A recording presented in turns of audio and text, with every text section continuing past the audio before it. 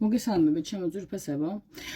თუ ეს გაშლა თქვენ შეგხვდათ ახლა ამ წამს, ეს გზავნილი ზუსტად ახლა ამ წამს უნდა მოისმინოთ და სამყარო თქვენ გიგზავნით, ასე ვთქვათ, გზავნილს და გაიგებთ თქვენ ენატრებით თუ არა მას გულწრფელად. თუ ეს მხოლოდ ჩვევა, ცარიელი ფიქრია, ან წამიერი ემოცია, ამ ყველაფერს ჩვენ გავარკვევთ ამ გაშლაში, ხო? ასევე შევხედავთ, არის თუ არა მონატრება რეალური და გულიდან წამოსული, როგორ გამოხატავს, ან რატომ ვერ გამოხატავს ამ გზნობას პიროვნება და თუ რადგან ამონატრების უკან სიყვარული, დანაკარგი, სინანული თუ შიდა კონფლიქტი, ხო? შეგახსენებთ ძვირფასებო, რომ ეს არის საჯარო კოლექტიური გაშლა, ამიტომ აიღეთ მხოლოდ ისას თქვენს ისტორიას. შინაგან შეგრძნებას ერგება და თუ რომელიმე ნაწილი თქვენზე არ ეზონირებს, უბრალოდ გაატარეთ მშვიდობით, ლამაზად, საყვარლად, ყოველგვარი ოვაციების გარეშე. პირადი და ინდივიდუალური გაშლისთვის შეგიძლიათ მომართოთ პირადად WhatsApp-სა და Viber-ზე, ნომერზე 550 0504 და თქვენს ისტორიას უკვე თქვენზე კონკრეტულად და ზუსტად განვიხილავთ პირადში. ახლა კი მოდით გავხსნათ ბარათები და ვნახოთ, ენატრებით თუ არა მას გულწრფელად და დაუფარავად ილუზიების გარეშე ჩაითქვით პიროვნება, თქვენი სახელი და გვარი, მისი სახელი და გვარი და დავიწყოთ გაშლა, ხო? ნახოთ, ენატრებით თუ არა მას გულწრფელად. თუ ეს უბრალოდ ილუზია, ნახოთ. პირველ რიგში განვიხილავ, რა თქმა უნდა, პიროვნების ენერგიებს, თქვენი ენერგიები, რა ხდება თქვენ შორის და ვნახოთ. ენატრებით თუ არა, ანუ არის თუ არა მონატრება რეალური და გულიდან წამოსული მისი მხრიდან, როგორ გამოხატავს, ან რატომ ვერ გამოხატავს ამ გზნობას პიროვნება? რა დგას ამ მონატრების უკან? სიყვარულია ეს, დანაკარგია ეს, თუ შიდა კონფლიქტი, კარგი დავამატებ ერთ ბარათს კიდევ. სამღმერთო. რა არის ეს? კოშკი, სამართლიანობა. აჰა. ექვსიანი პენტაკლები. ასე დავდოთ. ფონური ჩვენი რაც არის ენერგეტიკულად, ეს არის ჩვენი ფონური ენერგია. კაი დავდებ ამ განდეგილსაც, განდეგილი ჩემთვის ფონთან ერთად მინდა რომ განვიხილო და მოდი იყოს ეს ორი ფონი ერთად, ხო? სულელი და განდეგილი. დანარჩენ ბარათებს გადავდებ, იმიტომ რომ არ გვაინტერესებს.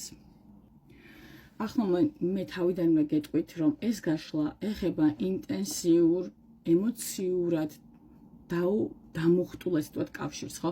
სადაც შეიძლება იკვეთებოდეს ვალდებულებები, დამოკიდებულებები, ან ძალათა შეჯახება, რა, აი პირდაპირ ვთქვათ, აი ძალები რო იჯახებიან ერთმანეთს. აქ მონატრება არ არის, ეს ვთქვათ, აი წყალებში ვთქვათ, ნაზი სენტიმენტი, ეს არის ენერგიული, წინააღმდეგობრივი განცდა.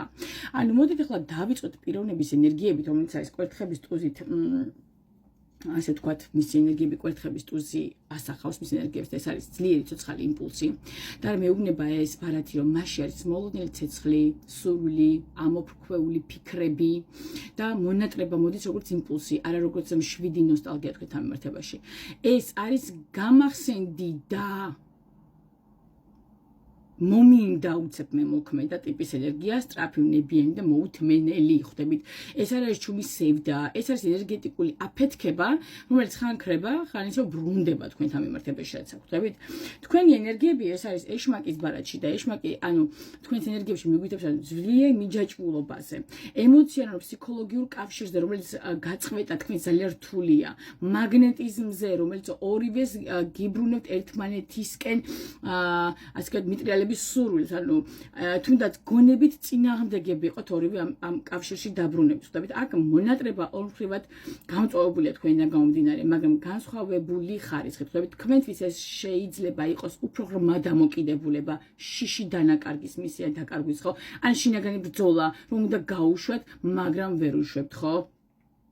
აი როგორ უნდა გაუშვათ თუ ვერ უშვებთ. და ესეთი რაღაც ენერგიები გაქვთ თქვენ ჩემო ძვირფასებო. რა ხდება თქვენ შორის ახლა? ეს არის ყუთელი კვერთხების ენერგია. და ეს არის შიდა და გარე კონფლიქტი საერთო ჯამში. თქვენ შორის ახლა არის დაძაბულობა. შეეჯახეთ სურვილებით, რომელიც თქვენს რეალობას აცდენილია. თქვენ სულ სხვა რეალობა გაქვთ, ვიცი სულ სხვა რეალობა და ხდება თქვენი სურვილების ერთობლივი შეჯახება საპირისპიროდ და ენერგიების არათანხმდა. ანუ თითქოს ორივეს გინდათ, მაგრამ სხვადასხვა ენაზე ლაპარაკობთ, ხვდებით? ანუ ეს ბარათი მეუბნება რაც მონატრება არსებობს, მაგრამ ის კონფლიქტებშია გახვეული თავიდან ბოლომდე. არის თუ არა რეალურად ესე ვთქვათ, მონატრება თქვენ ორ შორის, ხო? ამაზე მესაუბრება თასების დედოფალი, ხო, რეალური მონატრება, რაც შეიძლება მისიდან იყოს თქვენთან მიმართებაში. აქ პასუხი თასების დედოფალთან გამომდინარე მკაფიოდ არის კი. და რატო? თასების დედოფალი არის სუფთა ემოცია, თანაგრძნობა, ნაზი, მაგრამ ღრმა მონატრება და ეს რას ნიშნავს, ხო? იმ ნამდვილ გრძნობას მონატრება რეალურად არ არის არც თამაში, არც ეგოს ამბავი. ხვდებით, ეს არის გულიდან წამოსული ემოცია, რომელიც რომელსაც თან ახლავს სითბო, თან პლუს სევდა, ხვდებით, როგორ გამოხატავს ეს პიროვნება, ან რატომ ვერ გამოხატავს, ხო? ამ გზობას თასების მეფიდან გამომდინარე, ეს პირდაპირ მესაუბრება რაზე, რომ ის გზნობს, მაგრამ აკონტროლებს თავის გზნობებს, ხო? პირდაპირვე, ასე ვთქვათ, რომ ვთქვათ, ემოციას აძლევს ქცევაში გადმოსვლის უფლებას. შეიძლება ჩუმად გაკვირდებოდეთ, გიყურებდეთ, მაგრამ არ ლაპარაკობდეთ, არ მოქმედებს და რატო ვერ გამოხატავს, ხო? შიშობს ემოციური კონტროლის დაკარგვის საკუთარ თავზე, არ სუსტ პოზიციაში რომ გამოჩნდეს პიროვნება და ან კიდე მიაჩნია, რომ გრძნობა უნდა დამალოს, რომ ყველაფერი დაირევა და თვითონაც გაიბლანდება ამ თავის ემოციებში და გრძნობებში, ხო? რადგანაც ამ მონატრების უკან რეალურად, ხო? ანუ მოდი ასე ვთქვათ, კოშკის სამართლიანობა და 6 პენტაკლები, ეს ზოგადად გაშლის ბირთვია რა, როგორც ასეთი, ხო? კოშკი მიმითითებს ძლიერ შოკზე, წარსულში რაც მოხდა, ანუ უცაბედად რომ მოხდა რაღაც ნგრევა, მოულოდნელ დაშლაზე, სიმართლის აღმოჩენაზე, ემოციურ ღვევაზე. ანუ მონატრება გაჩნდა კრიზისის შემდეგ, რაღაც დაინგრა, დაიშალეთ და ამის შემდეგ მონატრება დაიბადა. სამართლიანობა აქ რას მეუბნება, იცით მეორე ბარათი, რომ აქ ხდება კითხვა, ვინ იყო მართალი, ვისაც წილი ჰქონდა აი ამ დაშლაში, ვისი ბრალია ეს ყველაფერი, ხო? ამ ბარათი ანუ ეს ბარათი მესაუბრება იმაზე, რომ მონატრება შერეულია სინდისის ხმასთან, პასუხისგებლობების განცდასთან. და 6 პენტაკლი შეხედეთ ბოლოში, ეს არის ბალანსის ძიება. ვინ გასცა მეტი, ვინ დაკარგა მეტი, ვინ მიიღო მეტი, ვის რა ეკუთვნოდა მეტის გაკეთება, ვინ არ განაბიჯებდა და ასე შემდეგ. აქ არის რეალურად მონატრება, რომელიც მის უკან დგას, არა მხოლოდ სიყვარული, არამედ სამართლიანი გაცვლის სურვილი, ხო? თუ დაუბრუნდები, უნდა იყოს ბალანსირებული ეს დაბრუნება რეალურად. ხვდებით, ანუ თანაბარი უნდა იყოს ჩემიდან და შენიდან წამოსული, ასე ვთქვათ, გინდაც ემოცია, გინდაც გზნობა და ყველაფერი საერთოდ ჯამში უნდა ჯდებოდეს ბალანსში, ანუ როგორც ჩემიდან, ისევე შენიდან იგივე წილად. არ გიგონოთ ჩემო ძვირფასებო, რომ მე ეს ასე ვთქვათ ორი ბარათი დამავიწყდა ამ შემთხვევაში, სულელი და განდეგილის ბარათი. და აი ამ ბარათებით, ანუ ფონური ენერგია რაც არის ამ გაშლის, ხო? კომბინაცია შემთხვევითი არ არის, ანუ გვყვება იმ გზაზე, რომელიცაც ესე ვთქვათ ეს ადამიანი შინაგანად გადის და რომელზეც დგას, ხო? სულელი არის სპონტანური იმპულსი, ეს არის ის მომენტი, როცა გულს უნდა გადახტომა სიცარიელეში, ანუ ხვდებით გადაეშვა სამ ყველაფერში, უნდა რისკი, უნდა დაბრუნება, უნდა ახალი დაწყება, როგორც იქნება მე ვნახავთ, მთავარია დავიწყოთ, ხო? ეს არის შინაგანი ხმა, რომელიც ეუბნება, რომ იქნებ მაინც დაუბრუნდე, იქნებ ისევ ცადო, ხო? აი ამ პიროვნებიდან წამოსული, მაგრამ განდეგილი მის გვერდით არ უნდა დავაიგნოროთ და განდეგილი გვეუბნება, რომ ჯერ არა, ჯერ უნდა გაიგოს რას აკეთებს, ჯერ მარტო უნდა დარჩეს საკუთარ თავთან, ყველაფერი გადააანალიზოს და შემდეგ უკვე იმოქმედოს, ხო? ეს არკანი ნიშნავს რას? თვითანალის, შიშს შეცდომების გამეორების, ან შინაგან მოთხოვნას, რომ ნაბიჯი არ იყოს, ასე ვთქვათ, ბრმად გადმოდგმული, ხვდებით? ამ ორ ბარათში, ანუ ასე ვთქვათ, ხდება მთავარი კონფლიქტი. სულელი ეძებს თავისუფალ ნაბიჯებს, განდეგილი ითხოვს სიბზნეს და სიჩუბეს და სწორედ ამიტომ რჩება მონატრება გულში, მაგრამ არ გადადის მოქმედებებში, ხვდებით? ამიტომ დავიტოვე ეს ორი ბარათი ბოლოში სათქმელად, თუმცა ყოველთვის განვიხილავ ხოლმე ენერგიების, ადამიანის ენერგიების შემდეგ, მაგრამ ამ შემთხვევაში ასე ვარჩიე და სპეციალურად დავტოვე ბოლოსკენ, რომ აი შეხედეთ სწორედ აი ამიტომ მინდა გითხრათ, რომ ეს არ გადადის ქმედებაში, ხვდებით, აი ამ ორი ბარათის გამო აეთ ნაწილს უნდა რისკი, მეორე ნაწილს უნდა დაცვა და რას გონება ეს ფონმთლიანად, ხო? მონატრება რეალურია, დაბრუნების იმპულსი არსებობს, მაგრამ ის იფარება შინაგანი ჩაკეტვით და ფიქრებით, ხვდებით, სულელი და განდეგილი გვეუბნება, რომ გული ამბობს მიდი გააკეთე, გონება ამბობს ჯერ კიდევ არ არის დრო და იფიქრეთ დარჩეს იმარტოვეში და განიხილე ყველა შესაძლო ვარიანტი დაბრუნების, ხო? და სანამ ეს ორი ხმა შინაგანად შეთანხმდება ერთმანეთთან და ვერ მიაღწევს უბრალოდ შეთანხმებას და სანამ შეთანხმდებიან, ხო, შემდეგ მისი მოქმედება იქნება მინიმალური თქვენთან მიმართებაში, ჩუმი და არა პირდაპირი. ამიტომაც ესე ვთქვათ, ეს მონატრება დღეს არ არის ნაბიჯი, ეს არის შიდა გზა, ჩემოძვირფასებო, სადაც ერთი ნაწილი მზადა გადახტეს თქვენთან ურთიერთობის მორევში, ხოლო მეორე ჯერჯერობით ესე ვთქვათ, სინათლეს ეძებს სიჩუმეში, ჩემო ძვირფასებო და კარგებო. ანუ პირდაპირ ვთქვათ, ორი სცენარი გათამაშდა აქ, საინტერესოდ გაიშალა და მოდი განვიხილავ, ხო? პირველი სცენარი ნებიანი მონატრება, რომელიცაც შიში აჩერებს, ანუ მას ენატრებით გულწრფელად, თასების დედოფლიდან გამომდინარე. გრძნობა ჯდება, ასე ვთქვათ, იმპულსურად კვერთხების პლუსიდან გამომდინარე, ამას ვერ დავმალოთ. მაგრამ წარსული, რომელიც კოშკში ვლინდება, ხო, ჩვენთვის კოშკის ბარათი არ დაგვავიწყდეს, აშინებს ამ მდგომარეობაში ამ პიროვნებას და ამიტომ აკონტროლებს თავს და დუმს, ხო, თასების მეფიდან გამომდინარე. აი ეს ბარათი პირდაპირ ჯდება იმის არქეტიპში. დაბრუნება შეიძლება თუ ბალანსი აღდგება 6 პენტაკლიდან, მაგრამ თანაბარი უნდა იყოს. ერთი მხარე ვერ შეძლებს ხოლმე ურთიერთობის აღდგენას და მასში დაბრუნებას. თუ დაბრუნება მოხდება, ორივე მხრიდან ერთნაირი ჩადება უნდა იყოს რესურსების ურთიერთობაში, რომ ასე ვთქვათ, წავიდეს ურთიერთობა წინ და ეს არის მონატრება, რომელსაც აქვს პოტენციალი, მაგრამ სჭირდება სიფრთხილე, ფრთხილად მოქცევა, მოპყრობა.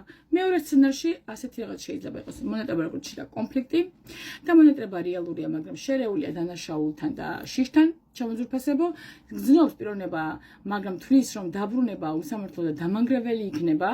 ამიტომ ინარჩუნებს ემოციურ კონტროლს და არ ირჩევს, ასე ვთქვათ, თქვენთან მოახლოებას, ირჩევს დისტანცირებას და ხუთიანი კვერთხები მიჩვენებს რეალურად, რომ დაბრუნება კონფლიქტს გააღვივებს. ანუ ასე ფიქრობს ის. ანუ ამ სცენარში მონატრება რჩება გულში, მაგრამ ქმედებად არ გადაიქცევა.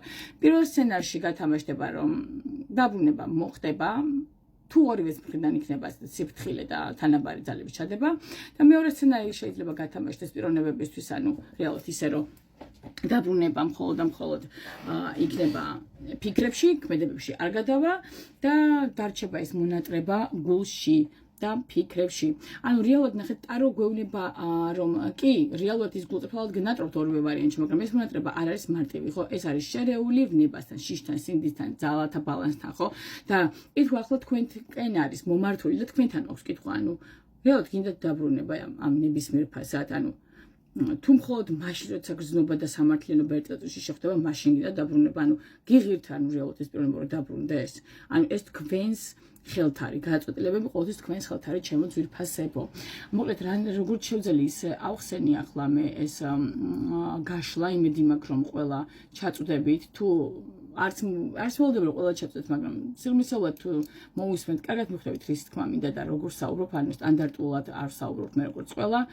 მე მაქვს ჩემი ახსნის სტილი, არის კატეგორია გებულობთ შემახსნას, არის კატეგორია ვერ გებულობთ შემახსნას. ვინც ვერ გებულობთ, უფრო პრიმიტიულად, უფრო საყვარად, უფრო ორი სიტყვით ხსნიან, სხვაგან გადაბრძანდეთ, იქითკენ არ მაქვს პრობლემა. თუ ვერ გაიგებთ რამეს, შეგიძლიათ კულტურულად მკითხოთ კომენტარში და არა უხეში ტონით, როგორც გახასიათებთ, იმიტომ რომ ყველა დაიბლოკებით აბსოლუტურად მე პირობას გაძლევთ და არც არ გიქნებათ შესაძლებლობა ჩემს გაშლებს უყუროთ. გვიდებით ყველას არხზე დაიბლოკებით, როგორც TikTok-ში, ასევე YouTube-ში, ასევე Facebook-ზე. ამის პირობას მე გაძლევთ თქვენ, ამიტომ კულტურა არ დაივიწყოთ ჩემო ძვირფასებო. რა ვიცი. ამით ფასობს ადამიანი, ხო, ზოგადად თავის შეგნებით და გაგებით და კულტურით. პირველ რიგში. მოკლედ გისურვებთ მშვიდობას, სოლიდარობას. მშვიდობიან ცხოვრებას, ერთმანეთთან, ასე ვთქვათ, მშვიდობით ცხოვრებას ერთმანეთთან მიმართებაში. პირველად არის პატივისცემას და ურთიერთგაგებას, ხო? ეს არის ყველაზე მთავარი. მოკლედ, უფლის წყალობა არ მოკლებოდეთ არასოდეს და არსად ჩემო ძვირფასებო და გემშვიდობებით და კარგად იყავით.